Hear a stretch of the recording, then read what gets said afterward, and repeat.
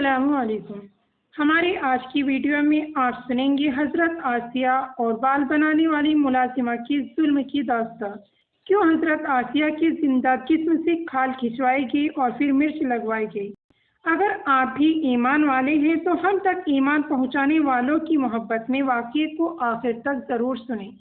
فرعون کے گھر میں بہت سی ملازمائیں رہا کرتی تھی، جن میں ایک ملازمہ بال بنانے والی بھی تھی، جو فرعون کے گھر کی عورتوں کے بال بنایا کرتی تھی۔ ایک دن فرعون کی جوان العمر بیٹی اپنے بالوں میں اس ملازمہ سے بال بنوا رہی تھی اور بالوں میں کنگھی کرا رہی تھی۔ تبھی اس ملازمہ کے ہاتھ سے کنگھی نیچے گر گئی۔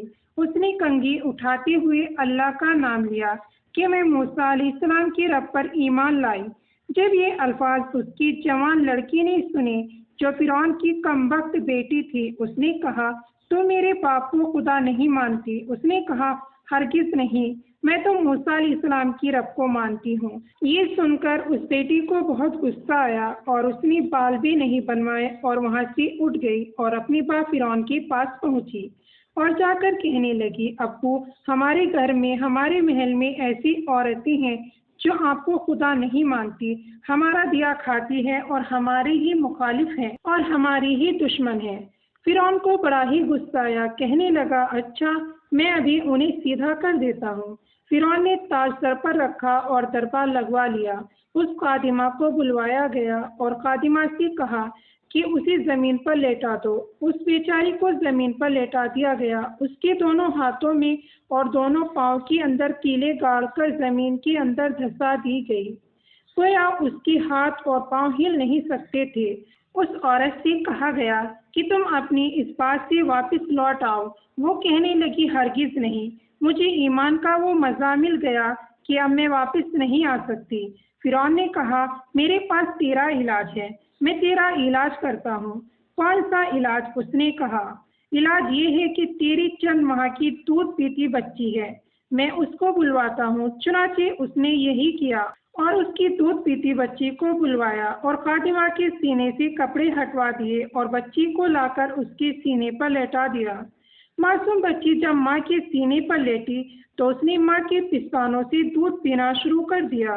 اب سارا دربار دیکھ رہا ہے، معصوم بچی ماں کے پستان سے لگی دودھ پی رہی ہے۔ فرعون کہنے لگا، میں تیری بچی کو تیرے سینے پر ذبح کر دوں گا، یہ تڑپے گی، اس کا خون تیرے سینے پر بہے گا، ورنہ تو میری بات کو مان لے۔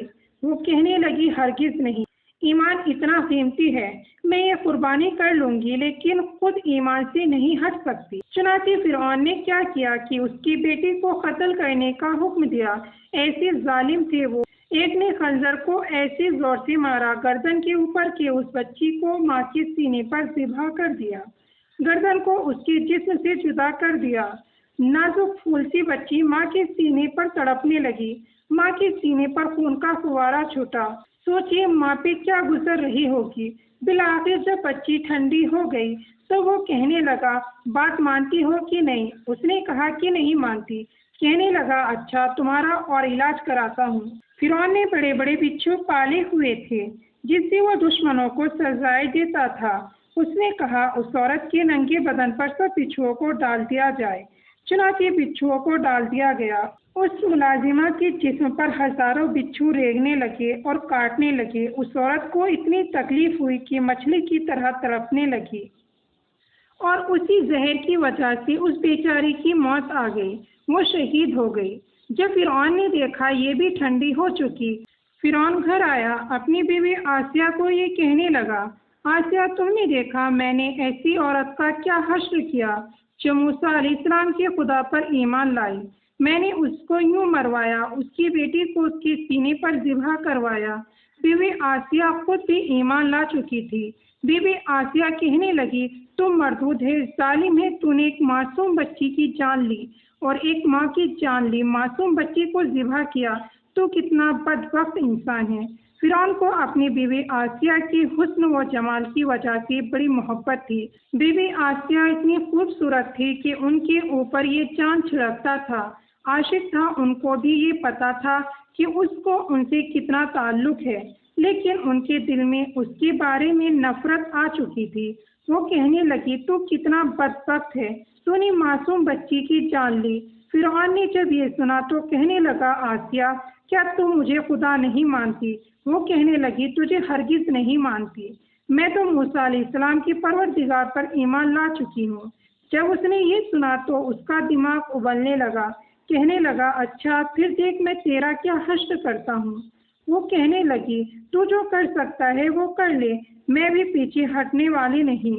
فرعون واپس لوٹ کر دربار میں آیا اور دربار میں آ کر اس نے حکم دیا میرے ملکہ کو دربار میں لایا جائے۔ چنانچہ اس کو ہتھکڑیاں لگا کر دربار میں لایا گیا۔ دربار کے لوگ حیران تھے، جس عورت کے ہاتھ کا اشارہ دیکھنے کے لیے سینکڑوں خادمات محل میں ہوتی تھی، جس کے اشارے کو ہر وقت پورا کر دیا جاتا تھا، آج وہ ملازمہ بن کر دربار میں پیش ہو رہی ہے۔ فرعون کے حکم پر وہ سامنے لائی گئی۔ جو درباری لوگ تھے وہ عزت کی وجہ سے ان کے چہرے کو دیکھتے نہیں تھے، آج یہ سب کے سامنے ملازمہ بن کر کھڑی ہیں۔ فرعون نے کہا آسیہ تم میری بیوی ہو، میں تم سے محبت کرتا ہوں، اس محبت کی لاج رکھ لو، تم مجھ پر ایمان لے آؤ۔ وہ کہنے لگی ہرگز نہیں۔ فرعون کو اور غصہ آیا، کہنے لگا میں تمہیں سب کے سامنے رسوا کر دوں گا۔ کہنے لگی جو تو چاہتا ہے کر، میں بھی پیچھے نہیں ہٹوں گی۔ فرعون کو اتنا غصہ آیا، کہنے لگا اس کے جسم سے یہ پوشاک اتار دو، اس کو سب کے سامنے ننگا کر دیا۔ اب سوچئے کسی مرد کو کہہ دیا جائے کہ تجھے سب کے سامنے ننگا کر دیں گے، اس کا جی چاہتا ہے کہ زمین پھٹ جائے، میں اس کے اندر اتر جاؤں۔ عورت تو پھر بھی حیا والی ہوتی ہے، حیا کی پتلی ہوتی ہے، اس کے اندر تو حیا کوٹ کوٹ کر بھری ہوتی ہے۔ اب عورت کو کہا جا رہا ہے کہ سارے درباریوں کے سامنے تجھے بے لباس کر دیں گے، مگر ایمان ایک طرف تھا، ایمان کی قیمت زیادہ ہوتی ہے۔ بی بی آسیہ نے کہا میں ہرگز پیچھے نہیں ہٹوں گی۔ چنانچہ اس کے سر سے کپڑے اتار لیے گئے، بالکل بے لباس برہنہ حالت میں یہ کھڑی ہیں، سارے درباریوں کی نظر ان کے جسم پر پڑ رہی ہے۔ فرعون نے کہا دیکھ میں نے تجھے کیسا رسوا کیا، اب بھی تو نہیں مانتی، اگر تو اب بھی نہیں مانتی تو میں تجھے اس سے بھی زیادہ عذاب دوں گا۔ وہ کہنے لگی اب تو میں نے فیصلہ کر لیا، جو تو چاہتا ہے کر لے، میں بھی اب پیچھے نہیں ہٹوں گی۔ اور حکم دیا گیا ان کو بھی زمین پر لیٹا دیا جائے اور ان کے ہاتھوں اور پیروں میں بھی کیلیں لگا دی جائے، جس سے کہ زمین پر سے ہل نہ سکے، اور ان کو اس طرح سے لٹایا جائے کہ ان کی آنکھوں کے سامنے میرا محل رہے، اور وہ اس کو دیکھے اور دیکھ کر سوچے کہ میں نے کتنی اچھی زندگی کھوئی ہے، کتنی اچھی زندگی کو ٹھوکر لگائی ہے، اس لیے یہ نعمت مجھ سے چھین لی گئی۔ چنانچہ فرعون کے کہنے پر بی بی آسیہ کو اسی طرح لیٹایا گیا کہ اس کی آنکھوں کے سامنے محل تھا، اس کو یہ احساس رہے کہ مجھے اس محل سے نکال دیا گیا، میں اس محل سے محروم ہو گئی، اور اس کی ہاتھ پاؤں کو کیلیں لگوا دی گئی۔ اب پھر فرعون نے کہا کیا تو اب بھی نہیں مانتی ہے؟ اب بھی میں معاف کرنے کے لیے تیار ہوں۔ انہوں نے کہا ہرگز نہیں۔ اس کے بعد فرعون نے حکم دیا لوگوں کہ آؤ اور اس کے جسم سے زندہ حالت میں کھال اتارو۔ انہوں نے زندہ حالت میں بی بی آسیہ کی کھال اتارنی شروع کر دی۔ اب سوچئے کتنا درد ہو رہا ہوگا زندہ جسم سے کھال اترواتے ہوئے۔ اب سوچئے جس کے زندہ جسم سے کھال اتاری جا رہی ہو اس کو کتنی تکلیف ہو رہی ہوگی۔ بی بی آسیہ ننگی حالت میں لیٹی ہے، سامنے محل ہے، کھال اتر رہی ہے، لیکن ایمان بڑی قیمتی چیز ہے، ان کی توجہ اللہ کی طرف ہے۔ جب جسم سے کھال اتاری گئی، کتابوں میں لکھا ہے جب ان کے جسم سے کھال اتار دی گئی اس کے بعد بھی ان کے جسم میں جان باقی تھی، ابھی موت نہیں آئی تھی۔ اگر جسم سے کھال اتار دی جائے اور ہوا لگ جائے تو جسم کو بہت تکلیف ہوتی ہے، یہ بھی تڑپ رہی تھی، سامنے محل تھا۔ فرعون نے کہا اب بھی وقت ہے، اب بھی تو میری بات مان لے، میرے ایمان پر آ جا، نہیں تو میں تیرے ان زخموں پر مرچ لگواؤں گا اور تجھے اس سے بھی زیادہ تکلیف ہوگی۔ چنانچہ انہوں نے کہا ہرگز نہیں، میں پیچھے نہیں ہٹوں گی۔ چنانچہ فرعون نے اشارہ کیا اور ان کے پورے جسم پر جہاں کھال اتری تھی وہاں پر مرچیں چھڑکوا دی گئی، اور اس درد کی وجہ سے حضرت آسیہ مچھلی کی طرح تڑپنے لگی۔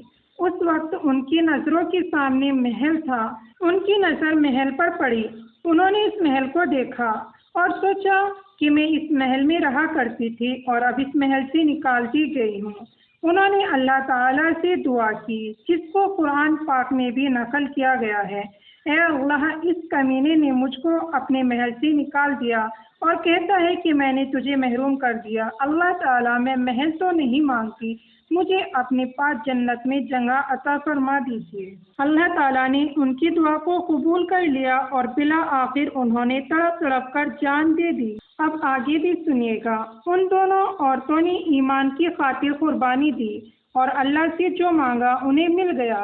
اللہ نے ان کی امیدوں سے بڑھ کر دیا۔ چنانچہ حدیث پاک میں آتا ہے، اللہ تعالیٰ نے اس خادمہ کی اتنی قدردانی فرمائی۔ نبی صلی اللہ علیہ وسلم جب معراج کے لیے تشریف لے جانے لگے تو راستے میں تھے، ایک جگہ پر ان کو بہت خوشبو آئی۔ پوچھا، جبرائیل، یہ خوشبو کیسی ہے؟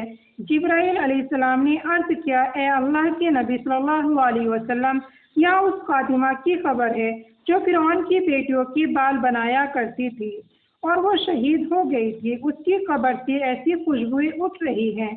اے اللہ کے نبی صلی اللہ علیہ وسلم، آپ بھی محسوس کر رہی ہیں۔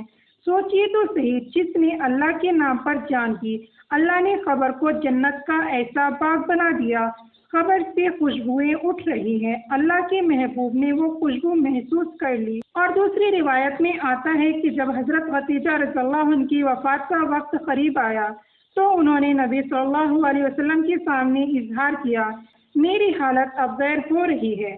نبی صلی اللہ علیہ وسلم نے فرمایا، خدیجہ، آپ جنت میں جاؤ تو وہاں جا کر میری بیویوں کو سلام دے دینا۔ حضرت خدیجہ کو بڑی حیرانی ہوئی۔ عرض کیا، اے اللہ کے نبی صلی اللہ علیہ وسلم، دنیا میں تو میں آپ کی پہلی بیوی ہوں، آپ کی جنت میں کون سی بیویاں ہیں؟ نبی صلی اللہ علیہ وسلم نے فرمایا، خدیجہ، اللہ رب العزت نے بی بی مریم اور بی بی آسیہ کو جنت میں میری بیویاں بنا دیا، تم جاؤ گی تو ان کو میرا سلام کہہ دینا۔ اب اللہ کی قدردانی دیکھیے، بی بی آسیہ نے اللہ سے گھر مانگا، اللہ تعالیٰ نے ان کو اب اللہ تعالیٰ کی قدردانی دیکھیے، بی بی آسیہ نے اللہ تعالیٰ سے گھر مانگا تھا۔ اللہ تعالیٰ کتنا کریم ہے، کتنا مہربان ہے، اس بندی کی قربانی کو قبول کر لیا اور گھر والا اپنی مرضی سے عطا کر دیا۔ اللہ تعالیٰ ہم سب کو مرتے دم تک ایمان پر رہنے کی توفیق عطا فرمائے، آمین۔ ویڈیو کو لائک کریں، اپنے فرینڈس کو شیئر کریں اور اسی طرح کی دینی معلومات اور سچے واقعوں کو سننے کے لیے ہمارے چینل کو سبسکرائب کیجیے۔ جلد ملتے ہیں اپنی اگلی ویڈیو کے ساتھ۔